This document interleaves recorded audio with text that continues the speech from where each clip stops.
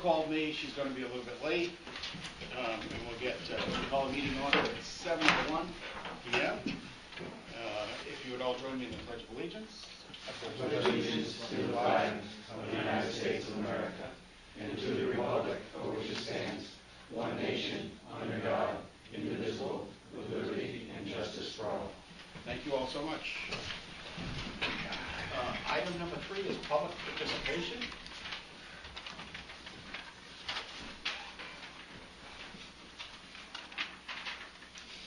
Would there be? Yes, sir. Joe Warren, 17 Bowl Street. I was wondering if Mr. Snee was going to make that motion on the fence. I am. Wait around. Sir, Joe, that's all. Thank you. Any further public comment? Are you 11 Bowl Street? No, you're 17. 17.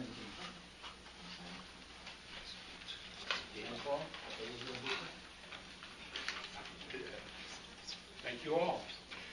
Item number 4 is approval of minutes. In the packet, you have minutes dated November the 19th, 2012. What would be a pleasure? Motion to approve as presented. Would I have a second on the motion? I have a motion and a second discussion. And I think that Denise, did you make one? That was in tonight's agenda. Tonight's agenda, okay, very good. All those in favor say aye. Aye. Those opposed, so carried.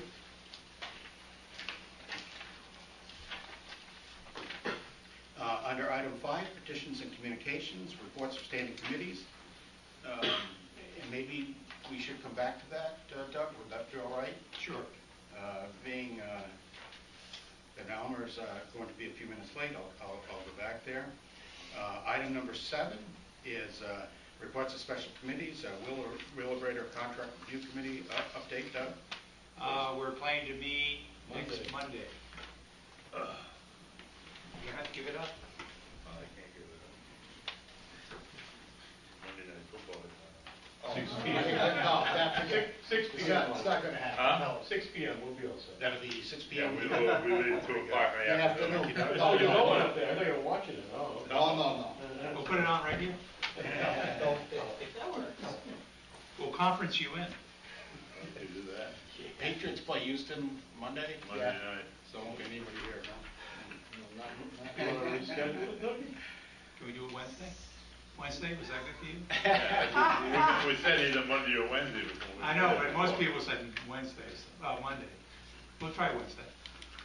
All right, we're gonna move it to the 12th, 6 p.m.? Yeah, make sure it's okay with them. All right. It's okay with Bill. Item number 8 is Economic Community Development Report. It's not a reporting month. I saw Delta here. Delta, did you have anything to that you wanted to?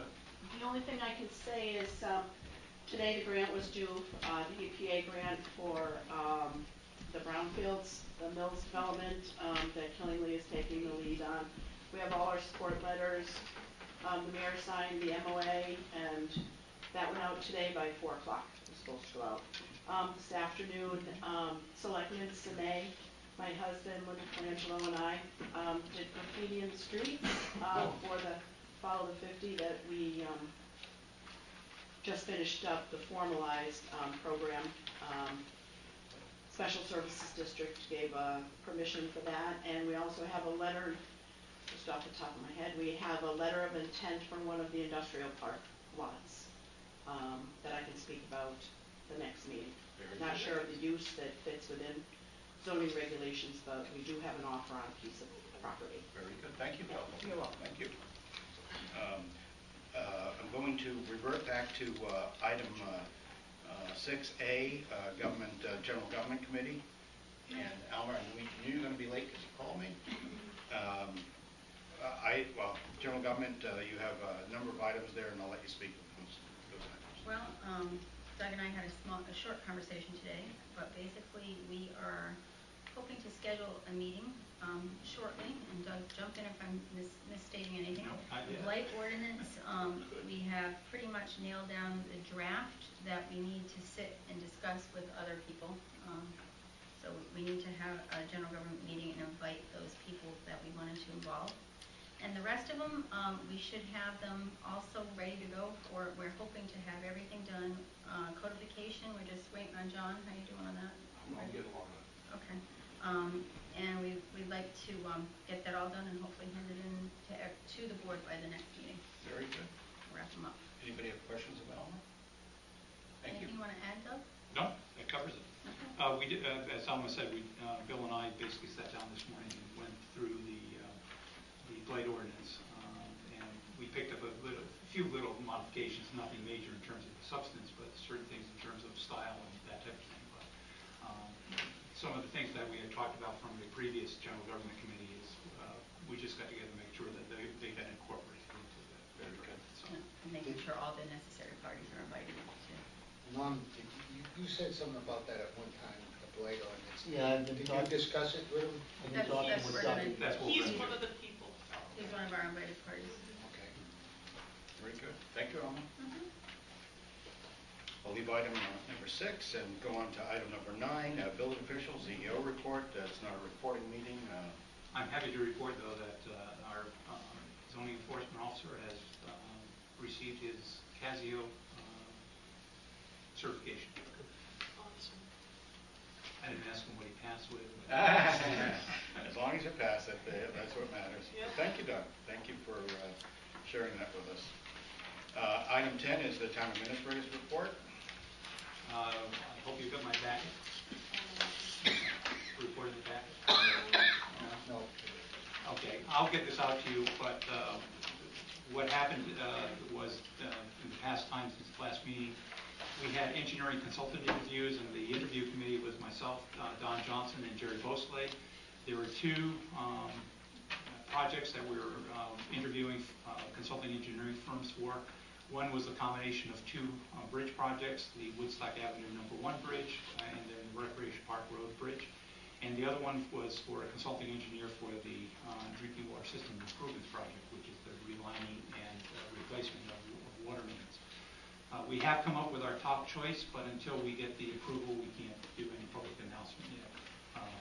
The bridge has to, the selection process has to go through the state DOT, and once they've determined that we went through the appropriate process, then they will allow us to notify the firm that we selected. The other one has to go back to the WPCA for their approval. We make the recommendation to the WPCA, and they will hopefully will sign off on it. So that's where we stand, and we hopefully will be getting going on those bridges and also on the water main replacement project. As you know, under the water main project, we had funding this fiscal year for the design. So once we get the firm in place, they'll go to work on the actual design and engineering for the plans. And then if they are all complete by June 30th, then we can go forward pending notification from the Department of Public Health that we can go forward with the construction aspect of it in the next fiscal year. And again, there is a little bit of, if we have the work in place for the Recreation Park Road and the engineering in place for the Recreation Park Road and the Woodstock Avenue #1 bridges, there is a little bit of money that we had set aside for bridges, but we probably need a little bit more. And so in next fiscal year, our cost share will have to probably be put into the budget for those bridges. It's a 80-20 split with the federal government under the bridge programs. Board of Finance did attend the monthly meeting of the Finance Board. They did act on transfers for 2011-2012 end of year line item transfers totaling $32,000. Most of that came, since you didn't get my report, you don't have this either, but I will make sure these get copies to you. Came out of insurance, right?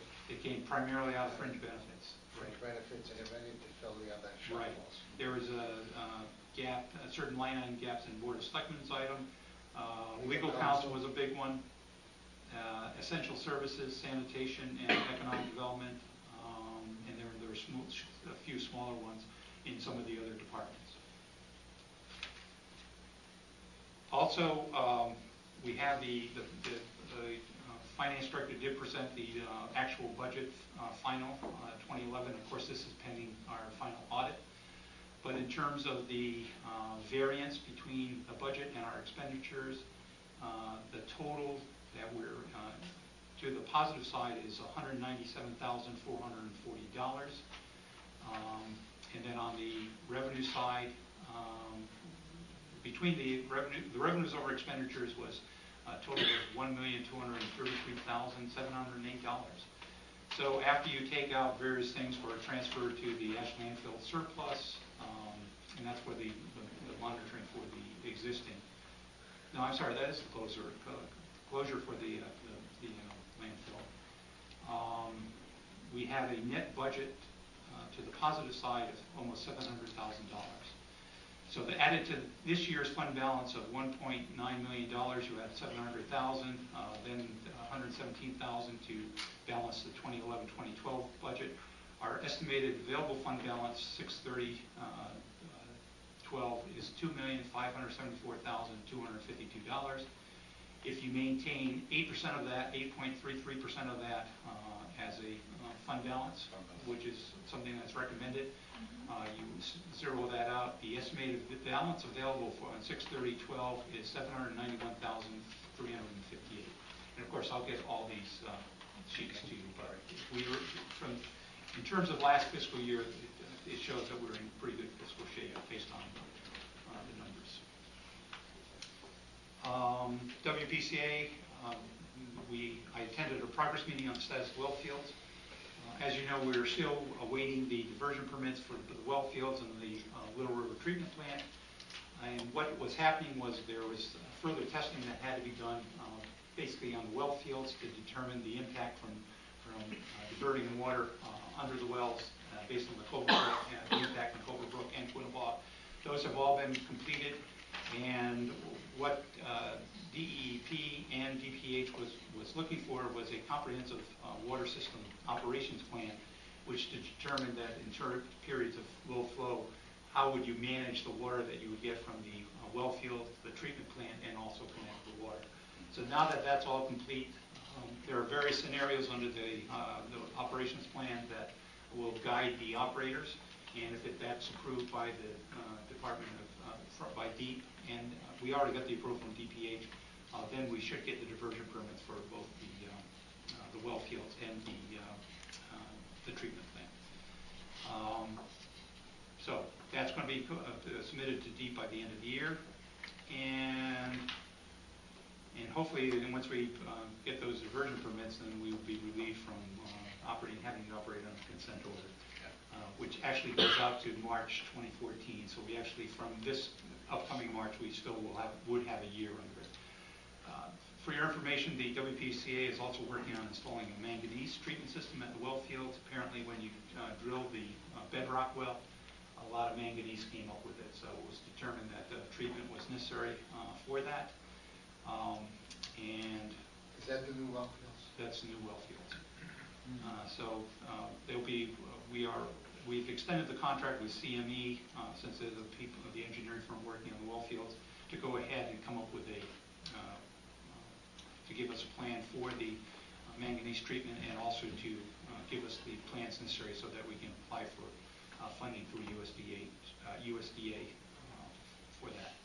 And we're also, the WPCA is also in the process of applying for funding to rehabilitate the system sewer lift stations.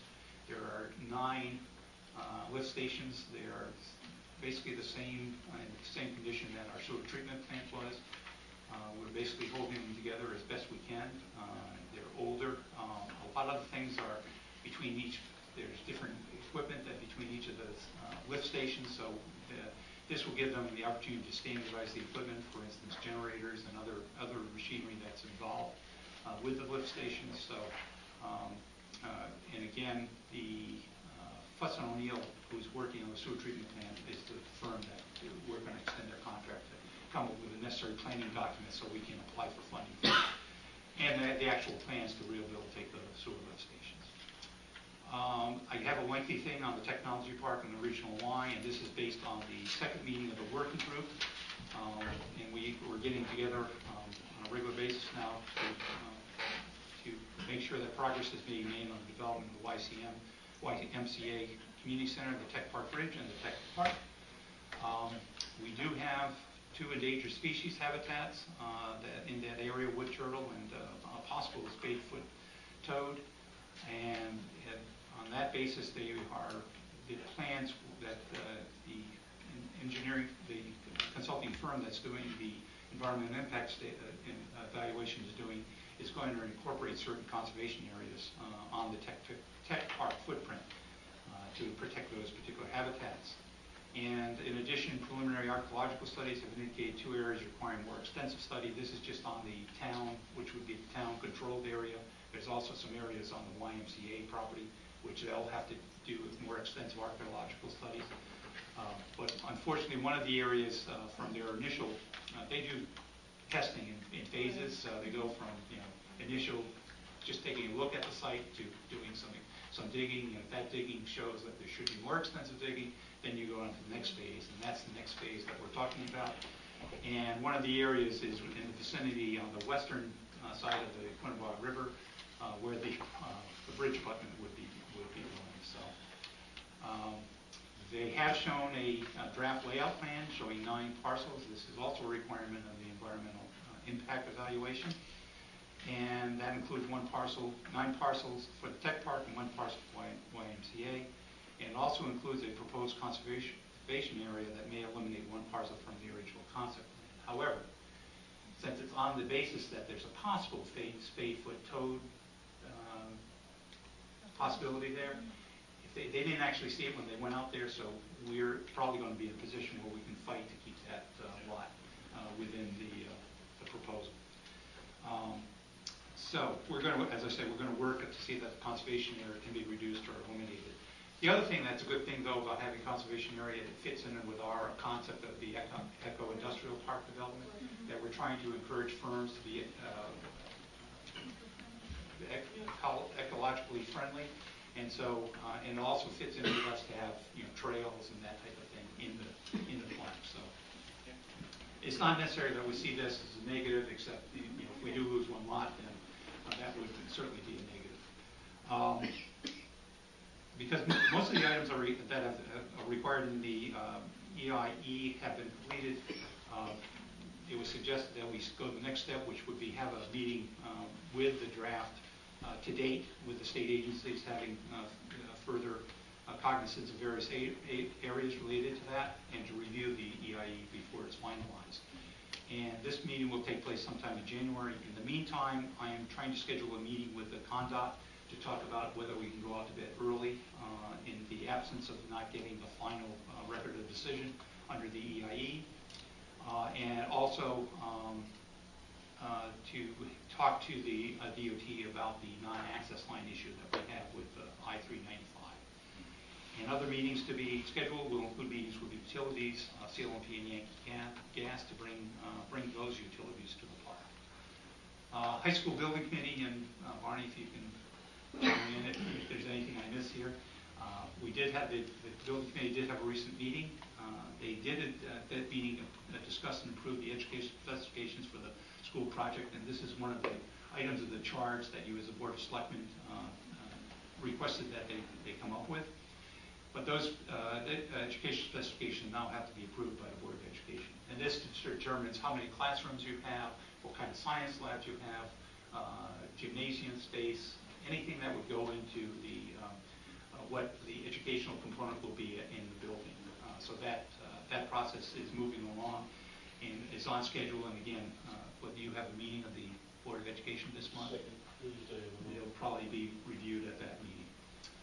They've also authorized the architect to review use of the additional space not incorporated into the educational specifications footprint.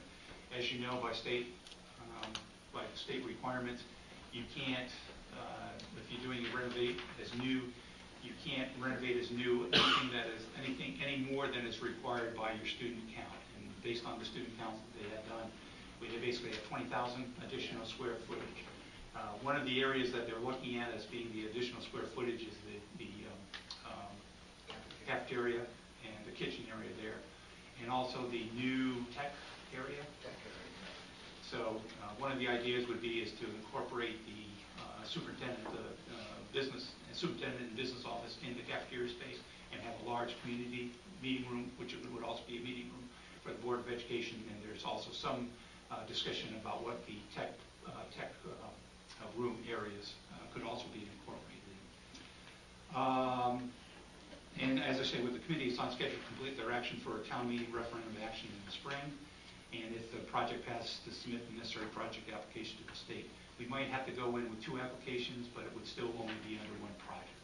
So the 2 applications would be the original project relating to the educational component of the building, and then taking a look at the ability to go forward to using that extra space. Yeah, other than that, the things is the reimbursement is different. In the space we're looking after the superintendent's office, and there's different offices. One's at 50%, and just correct me, Scott, the reimbursement was 73.5 or 78 point. Oh, the regular? Yeah, the regular 70. Depending which option, 67 point something. Something, or Up to 73. 73. Yeah. And basically, like you say, we're moving forward, and we hope to have something very shortly. Within the next, by the end of January, you got to make the decision whether we're going to include the second phase for the superintendent's office. The committee's going to make that decision by the end of January, whether we're going to include the superintendent's office after the engineer comes back with cost estimates for us. And this leads to after the educational specifications are approved, it leads to then the committee is going to get more in detail in terms of the various options that were presented, the various C options, and there was a D option. So Yeah. the committee is going to take a look at that probably next meeting or the And following meeting, because we got to get the prices and then. price, right. So we're off 2 meetings before we make that final determination and get some hard costs of what the total project would be, well, project A and project B, and then both together. Right. And we're going to, what we want to do is incorporate both, if we decide, the committee decides, incorporate both the school part and the office part, but put it in one referendum under one price tag. So not to cloud the issue, because you start clouding the issue, I think you're going to lose it, because if it's going to add another $2 million to the project, then the project will be $12 million instead of $10 million, and included in one referendum, so we're not trying to split it, because I think it just confused the public more. And we all agree, the committee all agreed that if we do decide to go in that option, that we're going to include it in one referendum, one cost, so we can explain it only one time. We don't have to try and explain 2 components. National League of Cities Congress, the mayor and I attended a one-day session last Friday. Because of the number of the sessions that were ongoing, we decided to split our time. I went to one on how to bring new entrepreneurs into your community, and they basically use case studies. And the case studies that I attended involved the city of Boston, which has a very good initiative to bring in incubator space, to attract people based on incubator space. Of course, they have quite a bit going for them in MIT, Harvard, and a lot of the universities there. And the other one was Asheville, North Carolina. So there was a lot of good ideas out there, and I'll be in touch with Delpha to bring those to the attention of the Economic Development Commission. And the other one I attended was having to do with how do you bring partnerships together on behalf of your children. And the example that, one of the best examples I saw was the city of Memphis, where they basically have a cradle-to-career track. You start out in pre-kindergarten, you go right up to the point where if you want to go to a community college, they're going to find the funding for you. And not only go to a community college, but it's to get training at the community college or in a 4-year college that will prepare you to get a job of the companies that are in the Memphis area. So you don't have to leave. But what they're trying to prevent is the brain drain. They're capable students from leaving the area and going off to other parts of the country. It's a new program, and they just started, but they've seen some phenomenal success already, where they've gone from, let's say, 500 students in 1 year to where they're up to 3,500 in the second year. So they are seeing, and again, it takes them right from for pre-kindergarten all the way up to where they actually have the education necessary to get a job within the industries that are in or businesses that are in the Memphis area. I don't know if you want to talk about the programs you went to. It's just, again, different programs that were available that enlighten you a little bit. They open your eyes to what's going around the rest of the country. And some of the conferences that I attended, there was Illinois, there was Tennessee, there was just a number of different states that become involved in. And what they do is that they look at economic development. And again, during the conference, I mentioned to Doug that Delphi, which certainly should have been in attendance with us. And I didn't realize, Delphi, at the time that we signed up for the conference, how dedicated it was to economic development.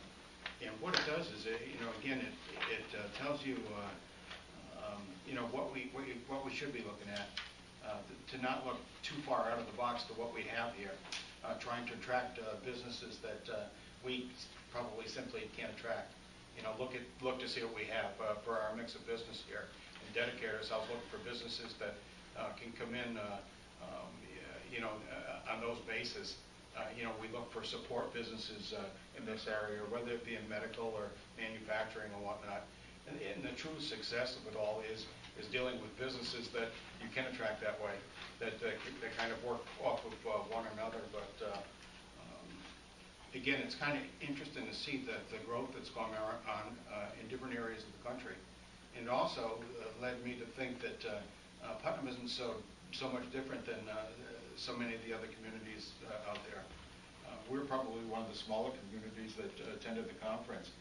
When you're talking to 500,000 or 1 million people, our problems seem to be in the same light to what we have. So I'll give a complete report at our next Board of Selectmen's meeting.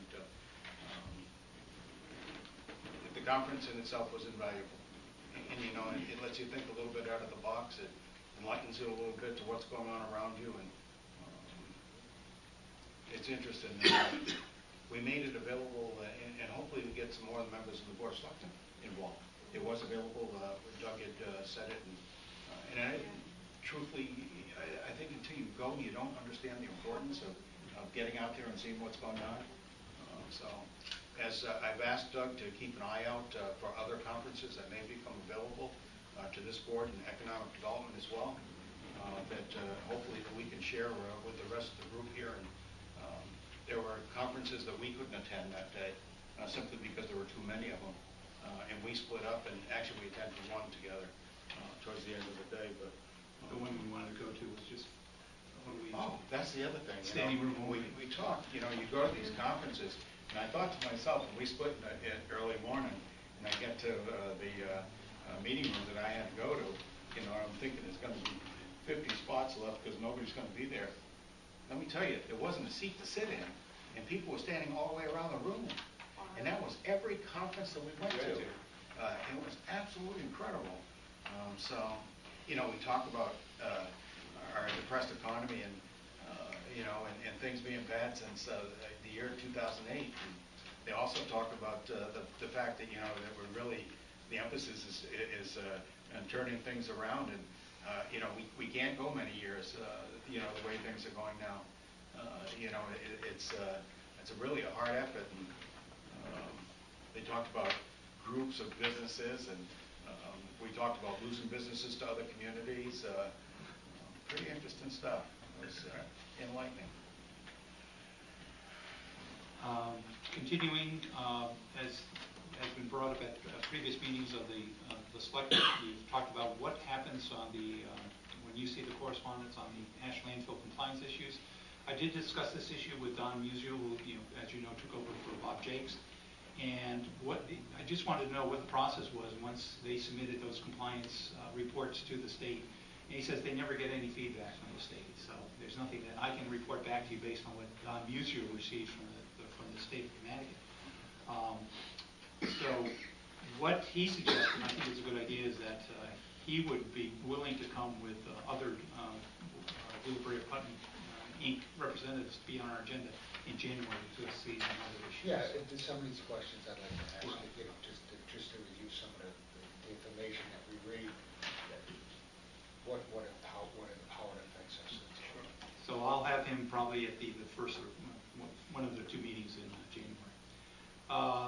On another subject having to do with hiring a consultant, the library committee has concluded their interviews. for a firm to supply architectural services. They have recommended one firm, and that selection has been approved by the library board. So negotiations with the firm are progressing, and what they're planning to do is, as part of the negotiations, is that the scope of services will include possible improvements, expansion on the current site, and to look at 2 other sites for possible building, for the building of the new library. For your information, I'm planning to attend with Delphi and Don. There's going to be a brainstorming session on Wednesday, and this is at NETOG, and it's to discuss a regional marketing, economic development marketing strategy. And the purpose would be to help grow our communities, businesses, and region as a whole. The session we're going to is on Wednesday from 1 to 3. There's another session right after that from 3 to 5, and I forget the other dates that they're having. Delphi, do you remember? Wednesday and Thursday. Wednesday and Thursday. So since this came out of some of the things that we had been pursuing with the COG based on the Regional Technology Park, I think it's important that we have a big presence there. So the 3 of us will be attending, and we'll work out our testimony in terms of these sessions that they're going to be holding. One other thing we will be attending is on tomorrow, and this is an informational meeting on the Yukon Technology Park. This is the new Yukon Technology Park that had been announced, I believe, a year ago by Don Williams. And so we're going down, Don and Delphi and I will be going down to the presentation at the School of Business on Yukon campus to learn more about it. And we're particularly wanted to hear if there's any opportunities for us to partner with their park in our regional technology park.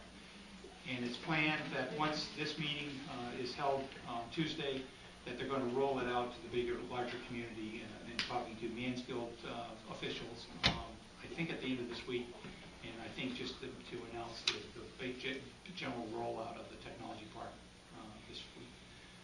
2 other things that are not on your thing, but of course which you don't have, is we are again going to be sponsoring Wreaths Across America. It's December 15th at 12 noon at the Veterans Memorial Park right across the street here.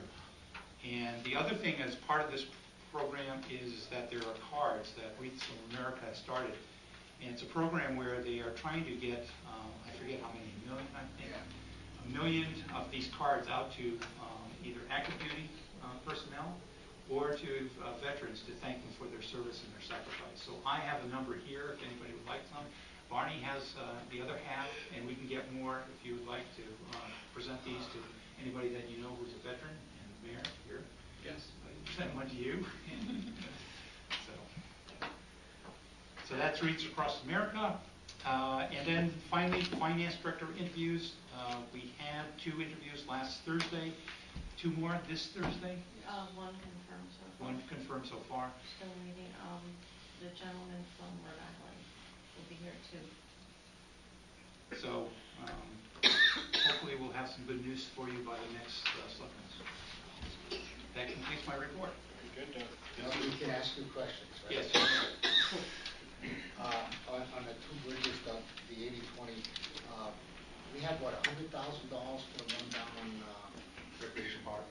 Recreation? Do we have $100,000? We have some money set aside for Chase Road. Chase Road, but we So- took 50 of that and moved it over to recreation. Right. But didn't we put the money back, I don't know if we we put the money back in this year's budget? I Right, thought? yeah, we did. And did we have any base estimate on the cost of both bridges? Did we ever come up with a figure? There was a figure, the initial one we submitted. 1.2 million on one, Right. and Chase Road was still up in the air, right? Yeah, Chase Road. So the thing is, the thinking is that will work with the DOT in terms of the timing on these issues. So if we're ready to go on these 2 bridges, then, can we take the money that we had set aside for Chase Road Bridge and apply it to our share there, and then, Move it put the back money over. back when we can do it in future fiscal years. Because now, the 2 worst bridges, we're still working, Chase Road should still come up, but Recreation is the top one, right? Top Recreation to top Then, one. do we go to Chase Road, or we're going up to Woodstock? It all depends on the timing of the permitting issues at Chase Road. If we can get the permitting issues resolved, we can move back to Chase Road, so, So we're actually looking at 3 bridges Right. instead of 2. yeah. And we got funding for, but we got funding. Our share. Our share, we We got. have a little bit of money. Little bit, for our share. Right. Okay, that's what, let me see, I wrote down all kinds of things here. Okay. On the archaeological study and about the toad, is the toad on our lot, are the turtles on our lot? We found 2 turtles. Yeah, but are they on our property or are they on other? It doesn't matter. It doesn't matter, it's on the Whether they site. migrate or. Oh, okay, so they walk up the road to our lot and the next one. The spade-foot toads, they haven't found any. It's just likely to be their Yeah, habitat. but they found 2 wood turtles, and I think both were very close to the river. The thing with the wood turtles is they will migrate from the river to a sandy, soft soil to lay their eggs. So, with the state of Connecticut, again, working with them to set aside maybe a site for those species. But Right along the river, it's basically floodplain and agricultural soil anyways. Yeah. So we had already set that aside to be protected. For And we were going to conservation. develop those, so Right. we're hoping that we can stay within those boundaries, and then have a buffer along the rest of the river bank from the bridge down to that area. To So- protect the turtles. Yes, and protect the turtles. Now, from your latest information, is that going to affect moving the bridge at all? No. The only thing that would affect moving the bridge, and it's not going to affect moving the bridge, but you have to, not remediate, but you have to take whatever you find in terms of the archaeological dig, have to be removed, but will not hold you up from going forward with the bridge, aside from how long it would take to get that accomplished.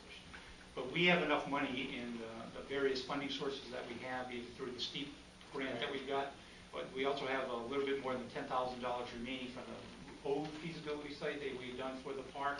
Yeah. And what was the other source I had? We had determined that we would set aside $150,000 of our STEEP grant to be able to accomplish the environmental impact evaluation. And because they didn't have to do as much on the archaeological study initially, that could reduce the total of the $150,000, so we could use whatever the remainder would be and reprogram it to the further studies. And with that, the way it's affecting the STEEP grant, initially the STEEP grant was to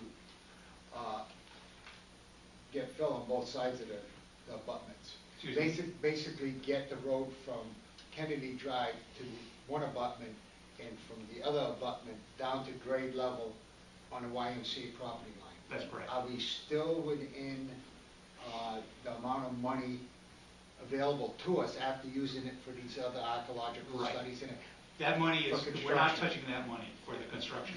I forget how much it was. We got a $469,000, so Yeah. 150, and we had 30,000 basically for contingency, which is the money I'm going to be using. So whatever the 140 and 150 and 30, 30 is 180. So whatever that remainder is just for the road construction. Okay, thank you. Interesting to note on the digs as well, how far they go down. That was one of the questions that was asked last week. It's actually only a foot. You'd think they go down a lot further than that, but they don't have to. It's a lot of years. And they're finding things that are that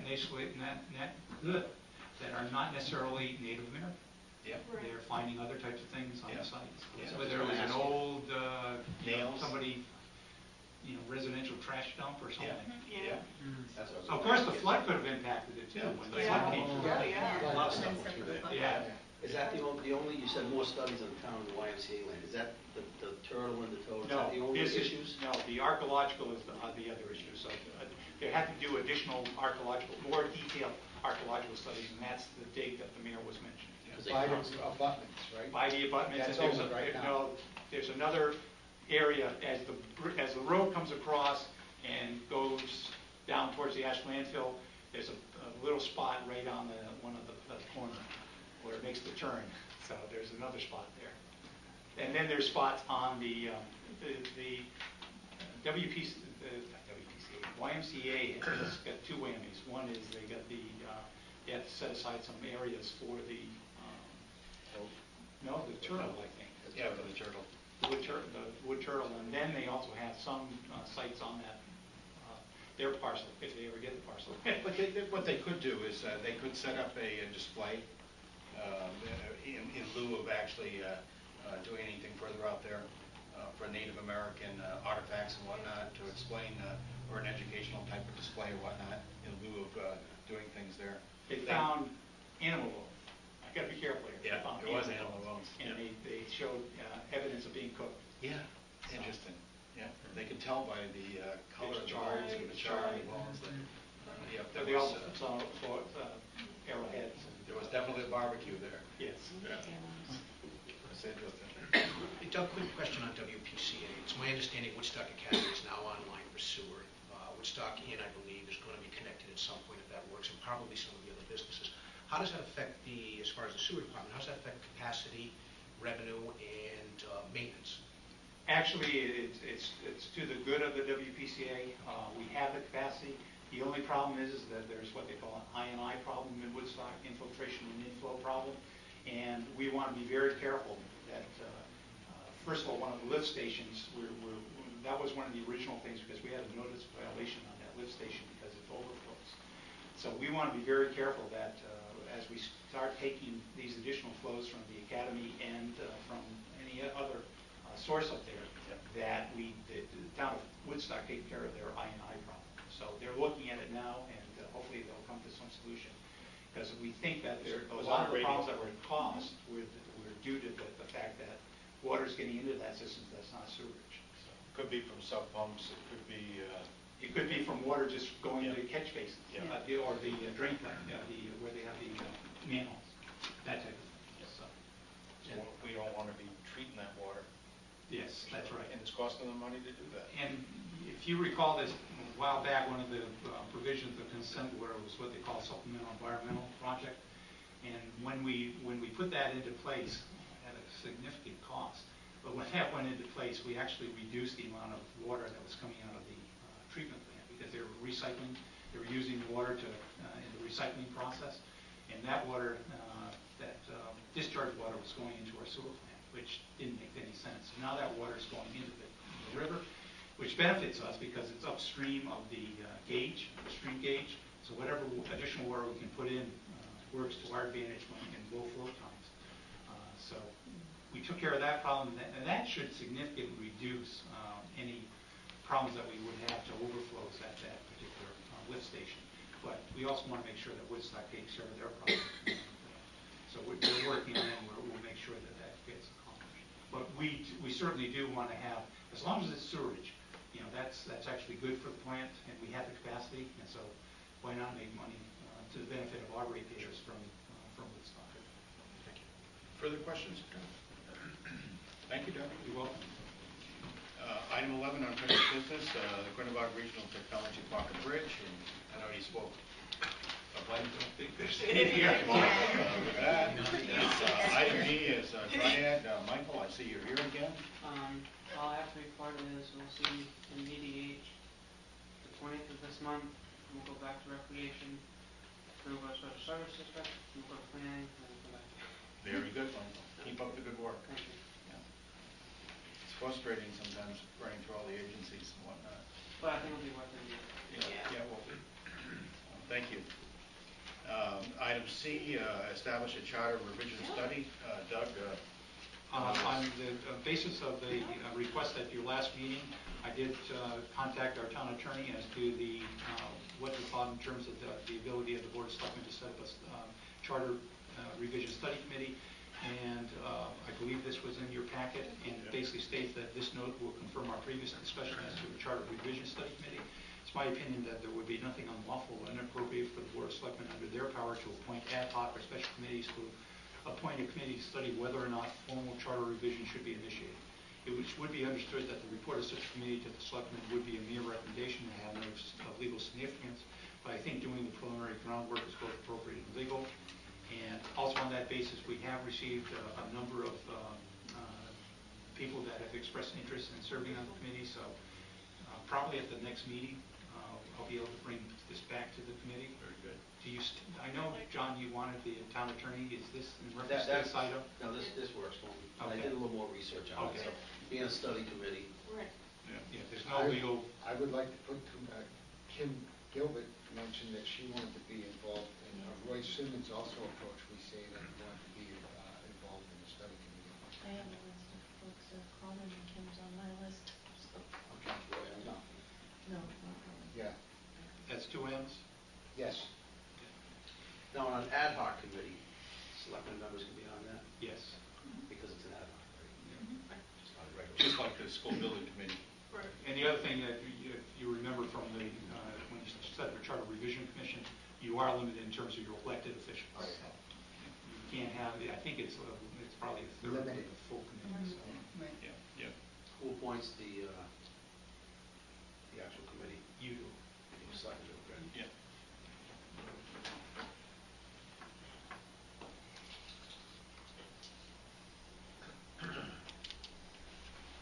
Alrighty, thank you. Under item 12, new business, consideration of the 2013 Board of Selectmen meeting schedule in the packet. You have a meeting schedule that's been suggested. Denise put this together, and if you all have enough to take a look at it, we need to have a motion to approve it this evening. So moved. Have a motion, would I have a second? Second. Discussion. All those in favor say aye. Aye. Those opposed, so carried.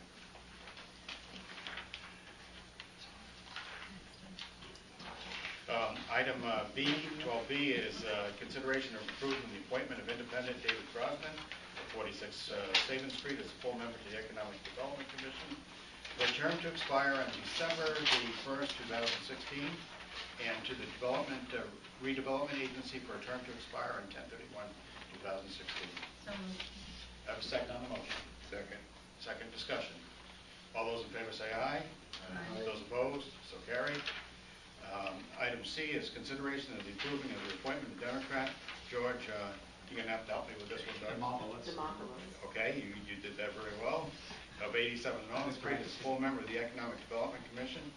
For a term to expire December the 2nd, Yes. 2014. Yes.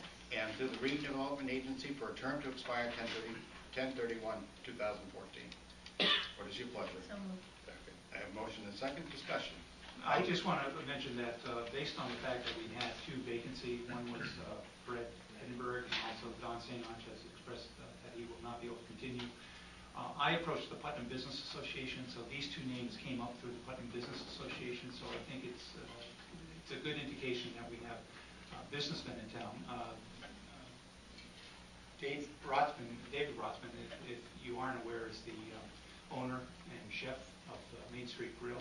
And as you can see from his, I'm sorry I'm going back over this, but as you can see, he has extensive economic development experience out in South Dakota. And I know they're doing very well out in South Dakota. They have one of the lowest unemployment rates. And then Mr. Demopoulos is he works at First Niagara Bank and branch manager at First Niagara Bank in Dayville, but he is a Putnam resident, of course. And so I think they would be two good additions to the economic development. Very good.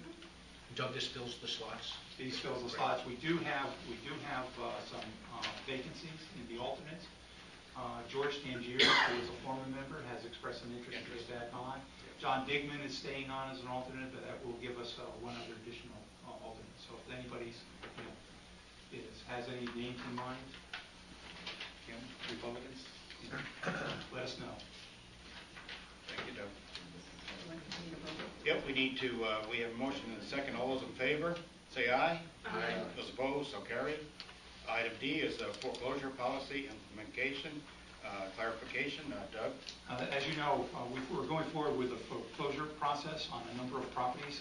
A lot of these properties are land, and so in terms of doing the research, the revenue collector has gone out and determined that of the, I think there's 9 lots. Of those 9 lots, only 2 really, by zoning, are allowed to be buildable. And those even have some questions. She had Fred Wojcik and Don Johnson look at those 2 lots. So she's trying to get some indication if they're not buildable, are they of any value to the abutting landowners. Technically, by our procurement policy, anytime it's a sale of land, it's supposed to go out to bid, but it's not likely we're going to get any bids on These these are usually things. slivers of property. It might be better if we could offer these to the abutters. So, and under what conditions would you offer to the abutters? So that's the reason for this. So before she goes forward and presents these to the attorney, she just wanted to get a sense of the board as to how you'd like her to proceed. Well, I think that she would have to look at the properties, the town attorney would have to look at the properties, then they would come back to us and present us with the properties so we can make a determination too. I'm not gonna say that we give them to the butters without looking at the properties, you know, because I wanna live next door when the town gives me property too. And are they gonna pay the back taxes? All this is gonna have to come into, Okay. you know, and I don't think it's a big deal if they come back and give us some type of assessment value, the assessment sheet on it. If they could give us the assessment sheet on the property so we could look at the property and the butters would be located next to it so we get an idea. But the policy says we have to go to bid, don't we? Yeah, We had had instances where, and there's some flexibility, but I don't know how much flexibility. I just like There is to look some at flexibility this. where we've determined that where it's a butter has actually come to the town to request it. And in that particular case, it was a old paper street. And that individual had to go forward and do all the necessary legal work to see that he could get clear title to that. And he came to the Board of Selectmen, and it was determined by the board that instead of going out to bid on that property because he did the necessary legal work up front to clear it, so. We did in Thompson, it was landlocked, okay? We would go to the butters and ask them if they were interested, just give them an idea first that this is what. And I think there's something in the statutes where we don't have to go out to bid if it's landlocked, but I don't know exactly what it. Just want to make sure we're not breaking policy. Yeah. What I'll do again is, based on the consensus here, is I'll bring it to the revenue collector, have her start going through the process and, Yeah, you know, I find think out. it'd be best. Because actually, if we can't put them out to, well, she was wondering if we do them in advance of doing the foreclosure process. Could the taxes owed actually exceed the value of the property? More than likely. Yeah, that's another thing I read. More than likely. Yeah. So, It also says if we give it away, we need to note the town will pick up the filing fees of the transfer. Right. If we give it to them, why would they pay for that? that's right. You give it to the landlord, they pay for the filing. So those are the types of things that we'll Yeah, come back with that's more all, you detail. know, Okay. Any idea of what the cost of those fees would be, Doug? I can find out. Be interested. You know, we get a good rate from our town attorney, I'm sure. you know, but- Quickly.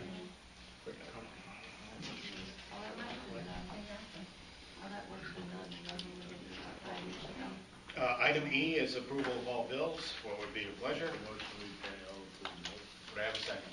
I'll second it. Have a motion and a second to pay all bills. Comments? All those in favor say aye. Those opposed, so carried. All other business to lawfully become before such meeting.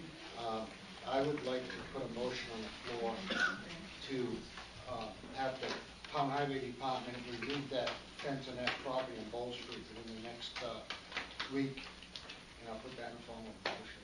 Second. You have a motion and a second.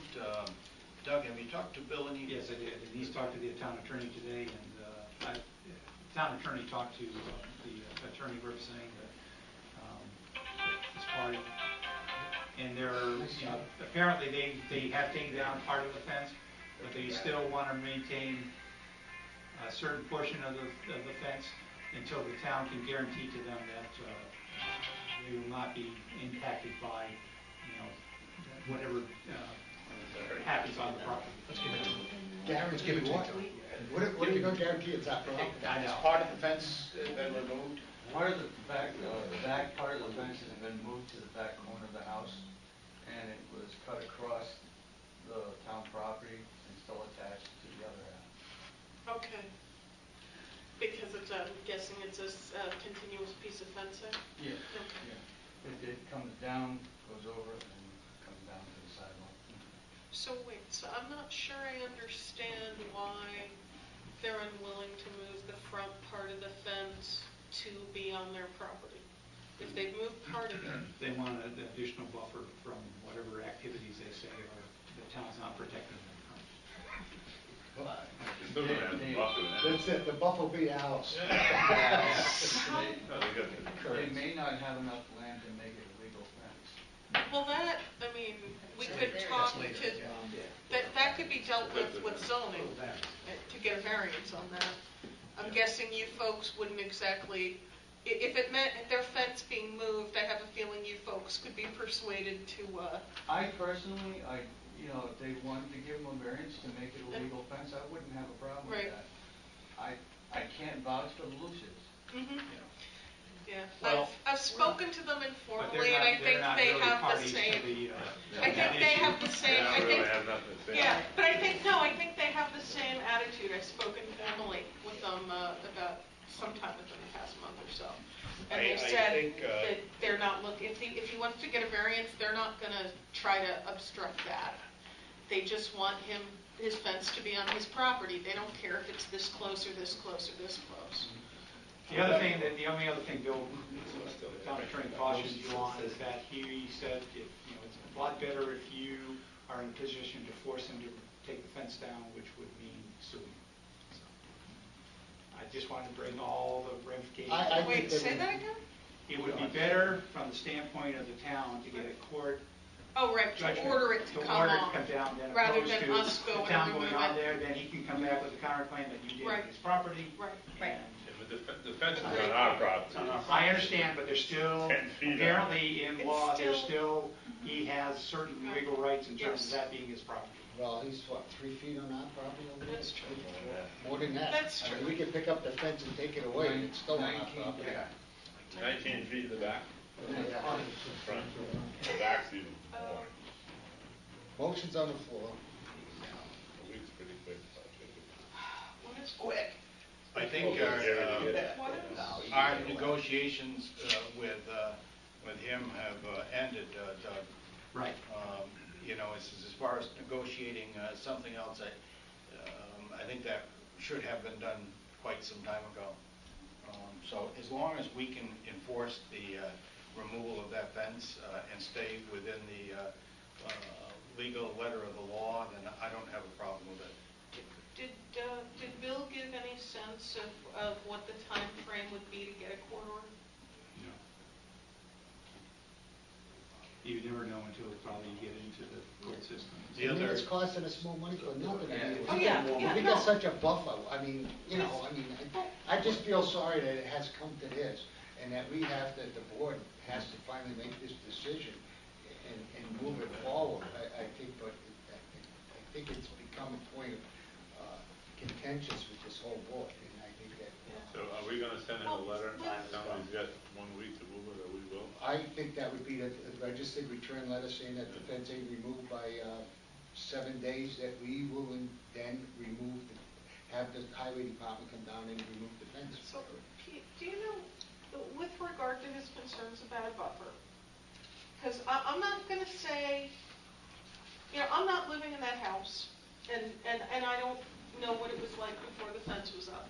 Do we have, does the highway department have any rail or something, or stanchions that aren't currently being used that we could Railroad prevent ties, there's telephone poles there already.